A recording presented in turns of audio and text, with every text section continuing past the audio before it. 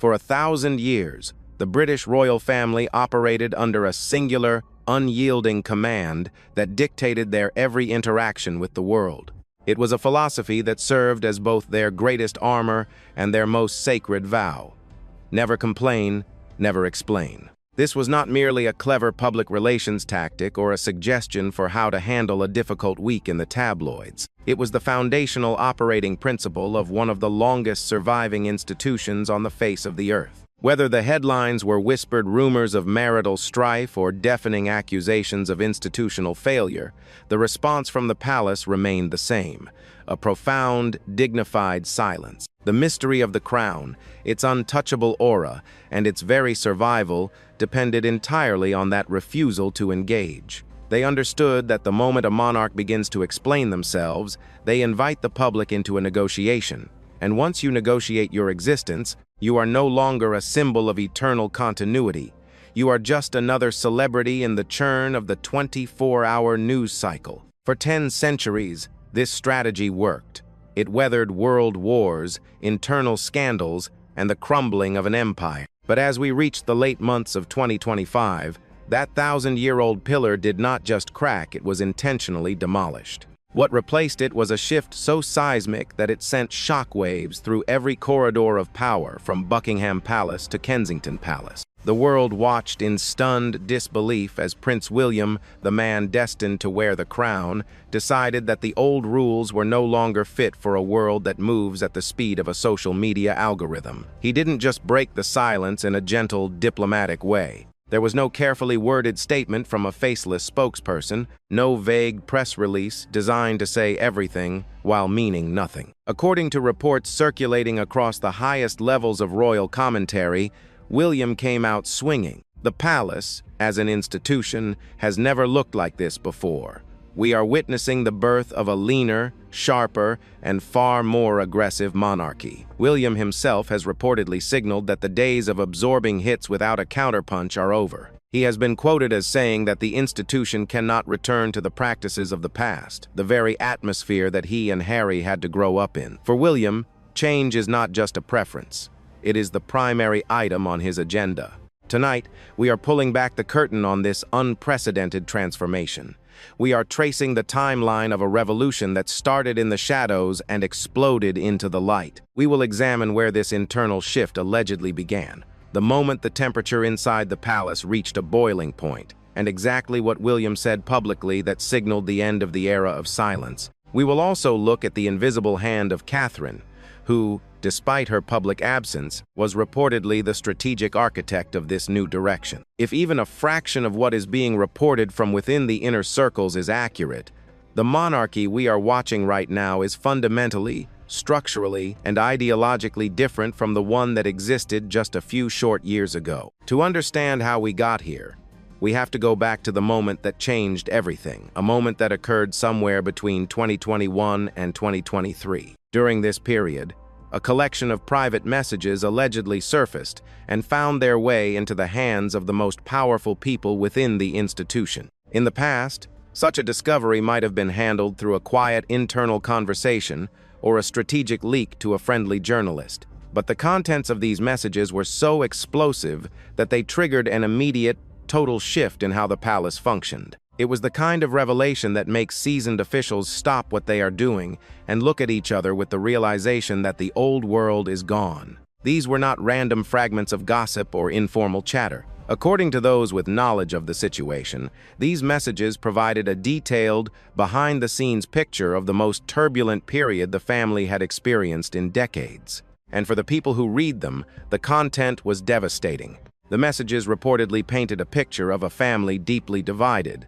But more importantly, they exposed what the palace came to see as a deliberate strategy to dismantle the reputation of the institution from the inside out. For years, the public narrative had been one of a family struggling to integrate a new member. But through the lens of these messages, the palace began to see something far more clinical, a roadmap. One specific line, allegedly written by Meghan, reportedly changed the entire atmosphere of the Kungdeern. She allegedly wrote that if Charles would not protect her, the narrative will safeguard me. To an outsider, That sentence might seem like the cry of a woman who felt cornered, isolated, and unsupported, someone trying to survive an impossible situation in an institution that refused to help her. That is a legitimate reading, and it is one that many still hold today. But inside the palace, that sentence was read as a declaration of war. It was viewed as a cold, considered decision to take private pain and personal conversations and deploy them strategically to shape how the global public understood the royal family. In the eyes of the palace, this was the smoking gun. It shifted the internal perception of the Sussexes from a family matter requiring patience to a hostile media operation that required a tactical response. Once you see the interviews, the carefully timed stories, and the public appearances through that second lens, the lens of a planned operation, the palace decided they could no longer remain the quiet party in the room. The era of wishing them well while they burned the house down was over. As this realization settled in, King Charles was managing his own serious health challenges. The burden of being the sovereign, combined with the continuous management of a complex family crisis, was more than any one person should be expected to carry. It was at this moment that Charles made a decision that no one outside the inner circle saw coming. He didn't turn to a committee, he didn't turn to his advisors. He allegedly handed the entire responsibility for the Sussex situation to William. In the secretive halls of the palace, this arrangement is referred to by a chillingly professional name, Memo 2485. Some call it the Fall Mandate. Its purpose was straightforward: give William full, unilateral responsibility for anything related to Harry and Meghan going forward. One voice, one approach, no more conflicting signals. Historically, the monarch decides what is ignored and what is addressed. For Charles to step back and hand that authority to his heir was not a mere procedural adjustment. It was an unmistakable signal that the old ways were dead. William, fueled by personal motivation and a fierce desire to protect the future of the crown, was not going to tiptoe. He was ready to fight for the institution he would one day lead. But as the world focused on the brothers, a silent power was rising in the background. While the public expressed genuine concern for Catherine's health and her recovery, she was allegedly doing something no one expected. She wasn't just recovering, she was working. Behind the scenes, she was reportedly the one shaping the entire direction the palace was about to take. She knew that the monarchy's value rested on one thing: showing up and putting the institution above yourself. The era of absorbing hits without responding was finished. The foundation for the most aggressive counteroffensive in royal history had been laid, and the man to deliver the blow was standing ready in the wings. This is the end of the silent monarchy.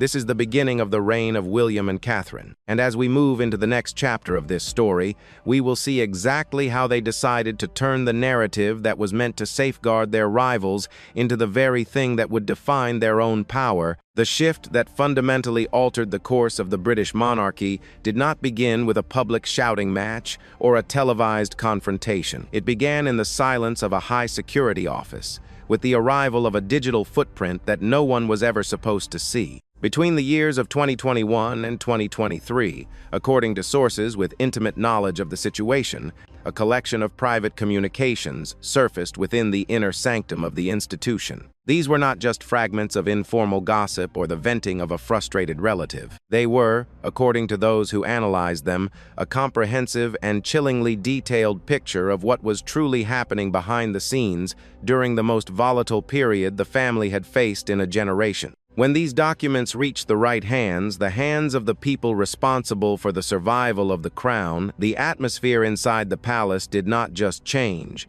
it froze. There was no quiet internal discussion about how to manage the situation with more sensitivity. There was no gentle outreach to bridge the gap. Instead, there was a collective realization among senior officials and members of the family that they had been playing a game they didn't even know they were in.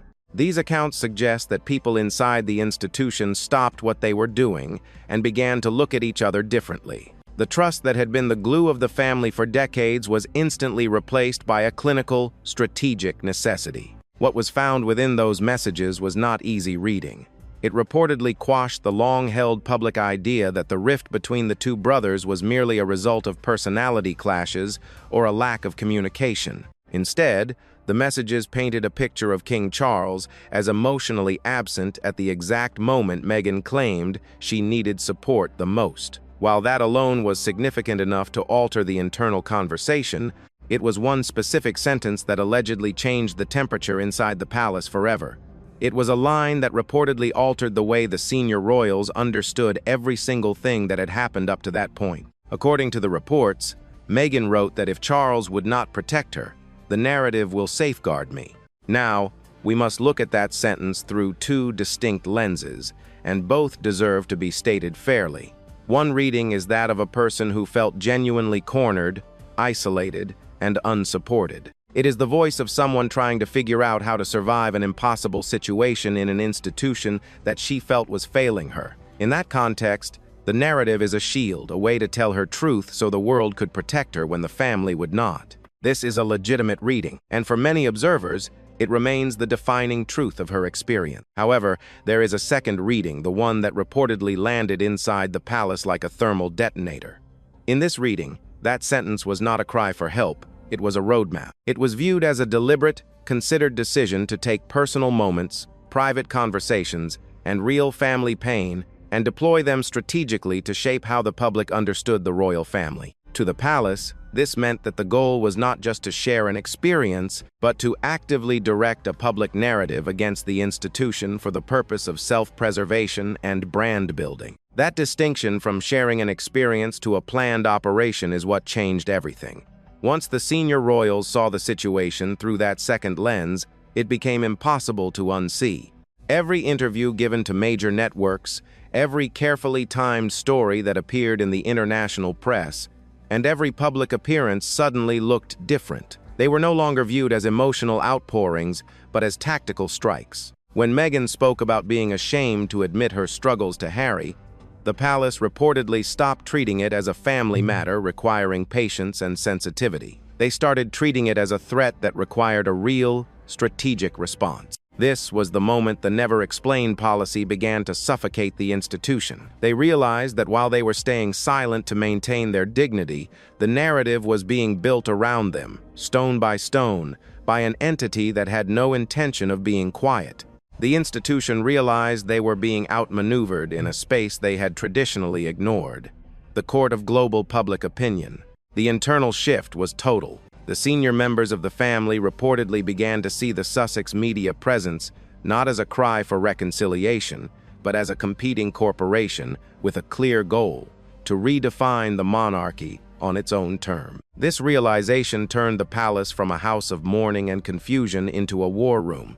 They began to analyze the timing of every release and the connections between specific media outlets and the stories being pushed. They saw patterns where they once saw coincidences. But as the palace prepared to move from a defensive posture to an offensive one, a major complication remained. King Charles, the man at the top of the hierarchy, was navigating the most difficult period of his life. He was managing a serious health situation while attempting to uphold the massive weight of his public duties.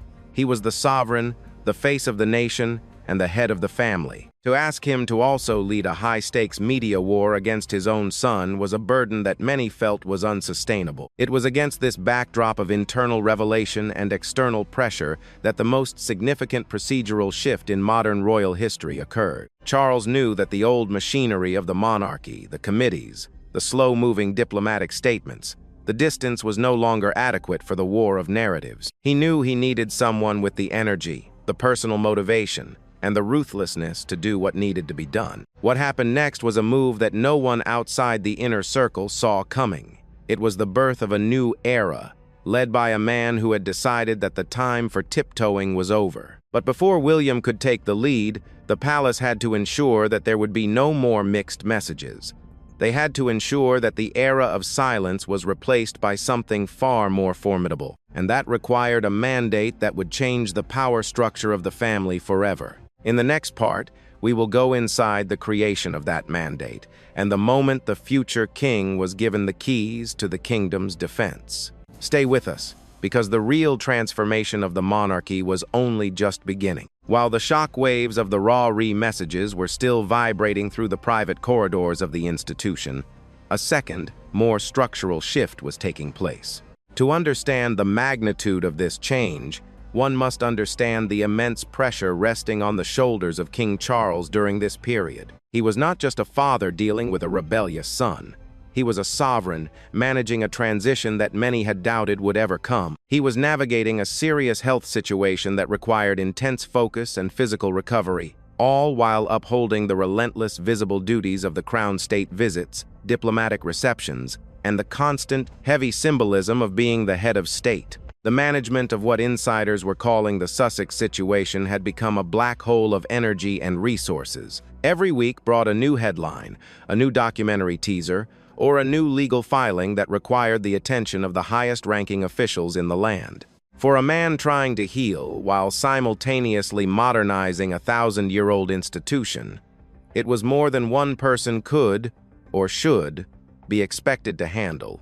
It was within this crucible of health concerns and institutional fatigue that King Charles reportedly made a decision that defied centuries of royal precedent. Historically, disputes of this magnitude at the highest level of the family were always steered by the sovereign. The monarch was the final arbiter.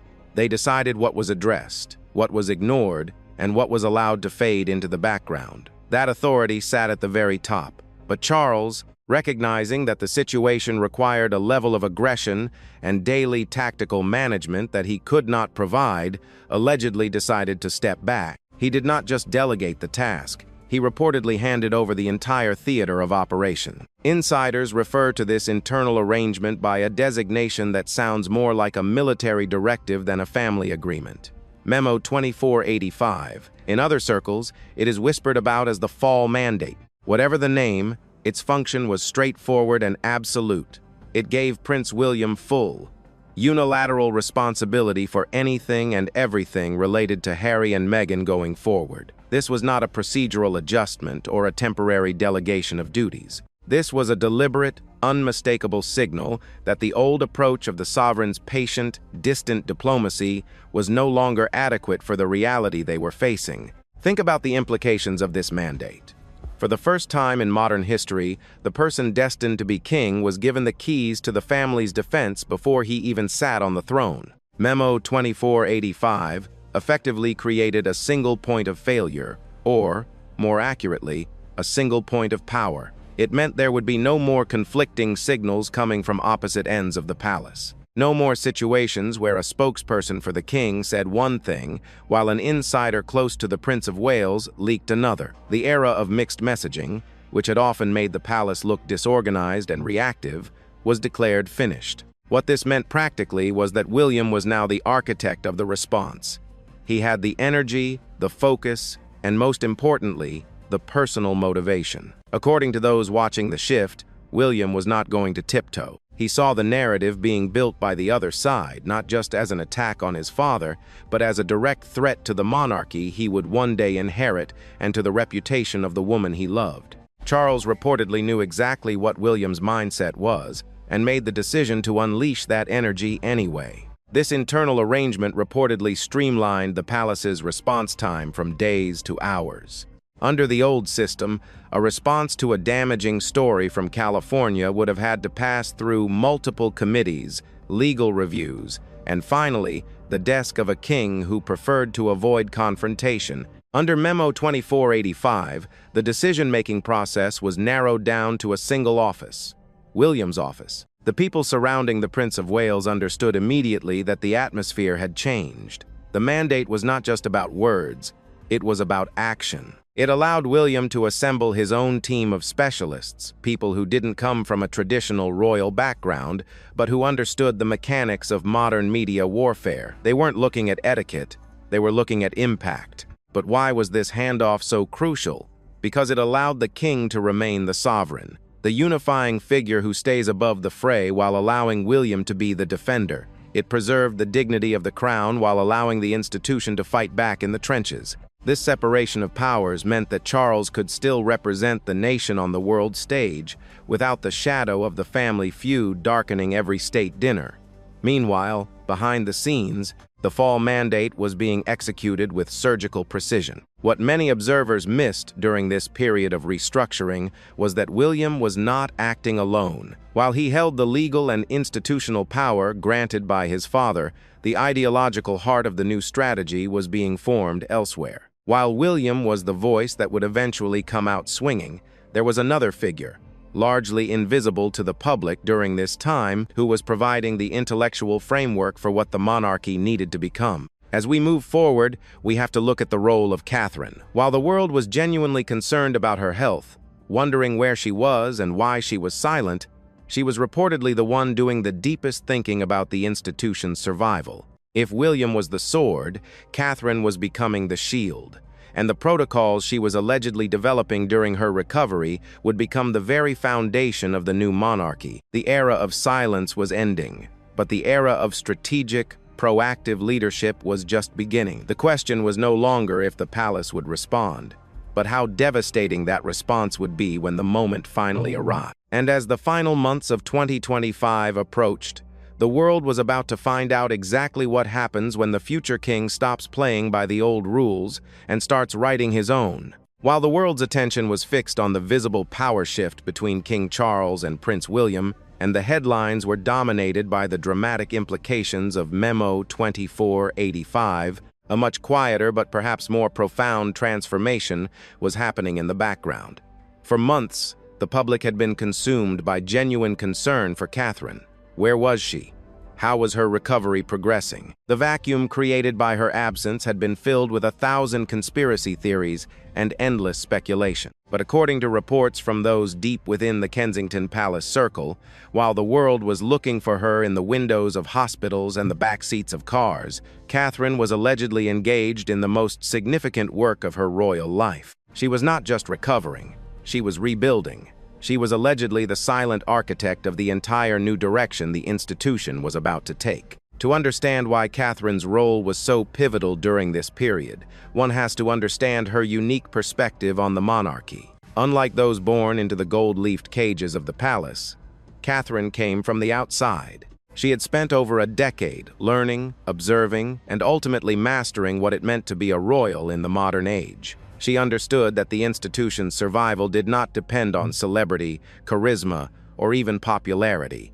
It depended on one thing: the perception of selfless service. In her view, the monarchy's entire value to the public rested on the principle of showing up, putting the institution above oneself, and being seen to do it without complaint. Anything that pulled the public's focus away from that mission, any drama, any personal grievance, any media circus, was not just a distraction, it was a structural threat. So, while she was shielded from the cameras, Catherine was reportedly thinking several steps ahead. She was allegedly the one asking the hard questions. What does the monarchy need to look like to survive the next 50 years? How do we stop being a target and start being a fortress?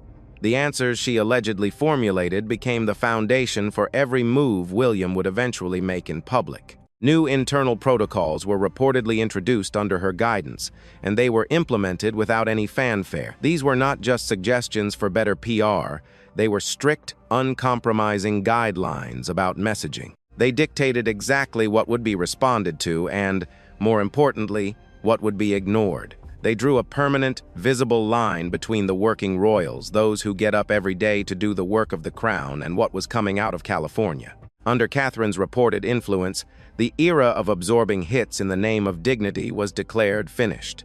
Dignity, she reportedly argued, was found in the work, not in being a punching bag. What makes this reported role so fascinating is how invisible it was designed to be. There were no announcements of her strategic input. No headlines credited her with the fall mandate. It was all happening in the shadows of their private residence. This invisibility was, in itself, a strategic choice. By the time William's new, aggressive approach started showing up in public, it was already fully formed and battle-tested. Her fingerprints were on every word, even if her name was nowhere near the press releases. But perhaps the most revealing moment of this entire period, the moment that truly defined the new monarchy, was a single sentence allegedly attributed to Catherine during a high-level meeting with senior officials. It is a line that reportedly stopped the room cold and has since become a whispered mantra among those who support the new strategy. She is said to have told those around her, "I forgive her, but I will not accept her suffering as my duty." Sit with those words for a moment. They represent a massive psychological shift. In that one sentence, Catherine allegedly managed to hold two opposing ideas in perfect balance. On one hand, there is genuine grace, the act of forgiveness. There is no coldness there, no bitterness, and nothing punitive. But on the other hand, there is an ironclad boundary. She was saying, quite clearly, that the personal pain or the perceived suffering of another person specifically, Meghan would no longer be something the British monarchy was required to carry, apologize for, or manage. For years, the palace had acted as though it were responsible for the emotional well-being of the Sussexes, even after they had departed. They had allowed the narrative of Meghan's suffering to dictate their own movements, their own silences, and their own sense of guilt. Catherine's reported statement cut that cord forever. It was a declaration of independence for the institution. It said that the royal family would no longer allow itself to be defined by a story it did not write and could not control. This philosophy, personal empathy on one side, absolute institutional clarity on the other, became the underlying engine of everything that followed. It allowed William to be longer had to worry about the family aspect of the feud. That had been resolved through Catherine's forgiveness. What remained was a professional and structural problem that required a professional and structural solution. The contrast between this approach and the one coming from California was becoming impossible to ignore for those paying close attention. On one side of the Atlantic, there was a constant churn of public content documentary announcements, brand launches, and media appearances. On the other side, there was a woman who had spent her period of absence not building a brand, but reinforcing a 1,000-year-old foundation. By the time the final months of 2025 arrived, the trap was set. The palace was no longer the quiet, confused party in the room. They were lean, they were sharp, and they were operating with a level of internal unity they hadn't seen in decades. Catherine had provided the vision, Charles had provided the mandate, and William was now ready to provide the voice. The world was about to see exactly what happens when the silent architect finishes her work, and the future king steps out to reveal the new structure. In the next part, we will witness the moment the silence finally broke, not with a whisper, but with a thunderclap that changed the history of the crown forever. The bridge between the two brothers was not burned by a tabloid headline or a television interview. It was dismantled, piece by piece, during a single, devastating phone call in October 2025. This was not a casual conversation between siblings checking in on one another. According to reports from those within the inner circle, Prince William made one last, calculated attempt to handle the situation privately before the new, aggressive strategy of the palace was unleashed upon the world. William allegedly had one specific request. He was not asking for a grand apology, nor was he seeking a public reconciliation or a return to the way things were before the rift. His demand was far simpler and, in his eyes, far more essential. He wanted Harry to correct the record regarding how Catherine had been portrayed in their various media projects. He wanted an accurate account of the events that had been used to paint his wife as the villain of the story. It was a request for truth, not for sentiment. The response from California, however, reportedly stopped the conversation cold. Harry allegedly told his brother that walking back the narrative at this point would cost him everything he had built in his new life. Think about the weight of that statement for a moment. It was not a denial of the facts or a defense of the truth. It was, according to the palace's interpretation, an admission that the narrative was more important than the reality. For William, this was the moment the last shred of brotherly sentiment evaporated. He realized that Harry was not confused, he was not trapped, and he was not a victim of circumstance. He was choosing. And what he was choosing, in William's reported view, was his public image and his commercial viability over his own family and the truth. This was the moment William stopped seeing the conflict as a family matter that could be resolved with time and patience. He saw it as a professional opposition, and he decided that if the truth was a threat to his brother's brand, then the palace would no longer protect that brand with its silence. Days after that call went nowhere. William did something that caught even the most seasoned royal observers completely off guard. He did not issue a statement through the usual machinery of the monarchy. He did not hide behind the reduced speed of a diplomatic press release. Instead, he walked into the picture gallery at Kensington Palace and stood directly in front of the cameras himself. There were no filters. There were no layers of PR specialists to soften the blow. There was no palace, source, or spokesperson. It was the future King of England, speaking in the kind of plain, direct, and uncompromising language that the royal family almost never uses in public. He addressed the claims about Catherine head-on. He stated flatly that nobody in the family had treated Meghan the way it had been suggested. But he didn't stop there. In a move that changed the rules of royal engagement forever, William pointed to what he described as a deliberate, coordinated effort to damage Catherine's reputation. He spoke of paid media placements and systematically boosted content terms that belong more in a digital marketing boardroom than a royal palace. By naming the patterns and calling out the coordination, he was telling the world that the palace was no longer blind to how the modern media game was being played. He drew a sharp, unmistakable contrast between two very different ways of life. On one side, he described a family that gets up every day and does the work, the visits, the projects, the causes, without asking for anything in return and without making the job the story. He didn't need to name the other side. Everyone watching knew exactly who he was referring to. He was contrasting 1,000 years of institutional service with what he saw as a commercially packaged media operation. The reaction in the room and around the world was a mixture of shock and realization. No one had ever seen a royal do this before. Not this directly, not this openly.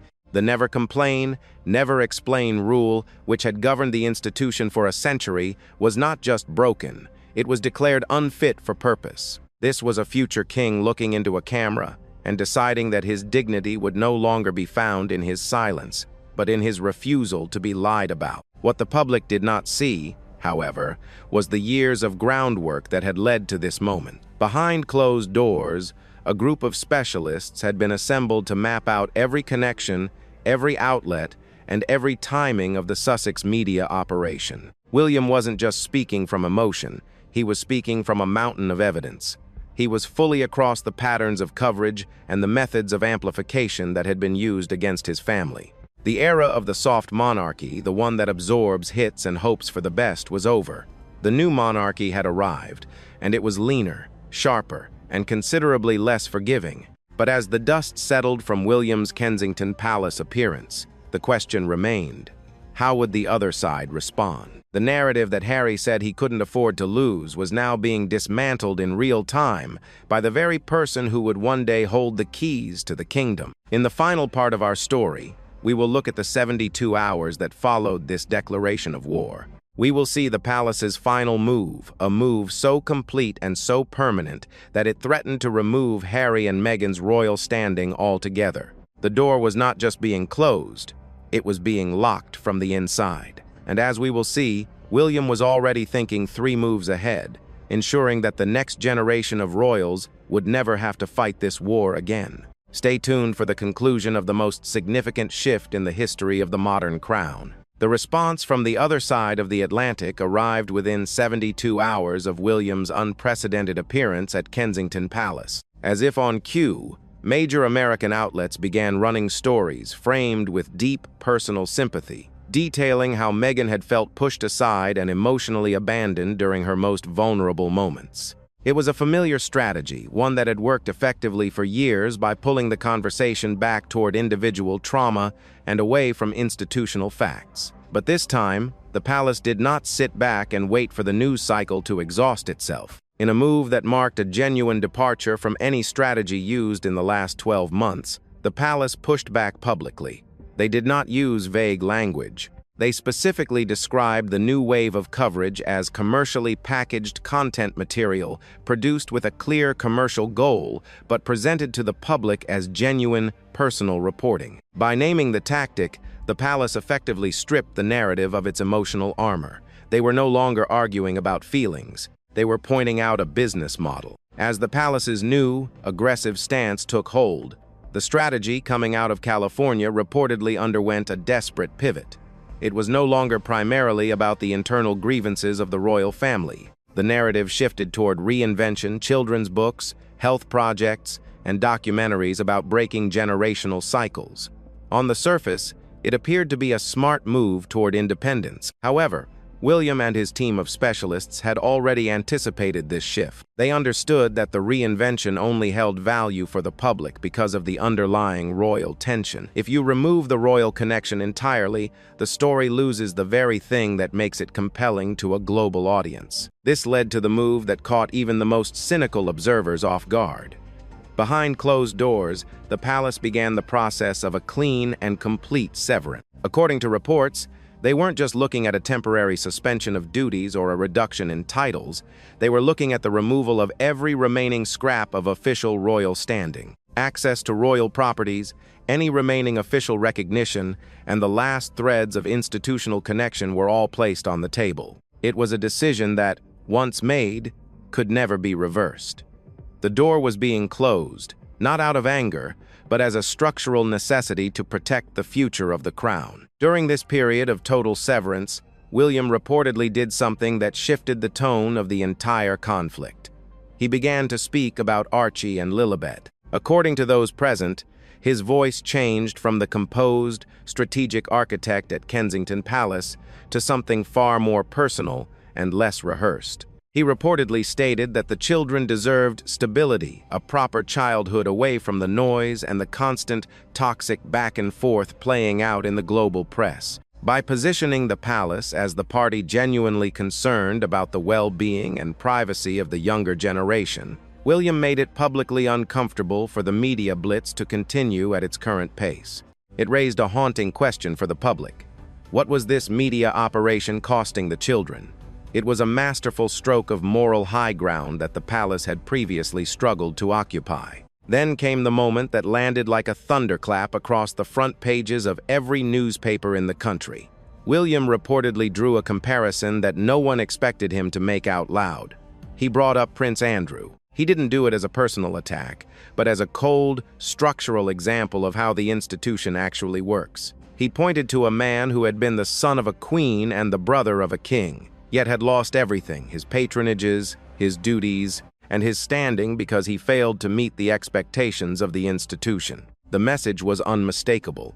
William was saying that nobody in the family sits above the same set of consequences. It does not matter who you are, what your title is, or how close your blood relation is to the throne. The rules apply to everyone, and the institution will carry out those consequences without sentiment if it means ensuring the survival of the monarchy. It was a warning wrapped in a historical precedent, and it left no doubt that the era of special treatment was over. Through all of this high-stakes maneuvering, Catherine had not said a single word to the press. While the story played out loudly and visibly on the other side of the ocean, she made a statement that was more lasting than any speech could ever be. Just days after the most intense stretch of this institutional war, she showed up at a pediatric oncology center. She wore a plain dress and a small anchor brooch, a detail that many noted for its symbolism of hope and stability. She didn't hold a press conference. She didn't issue a statement about the narrative. She simply showed up and did the work. The contrast was devastatingly effective.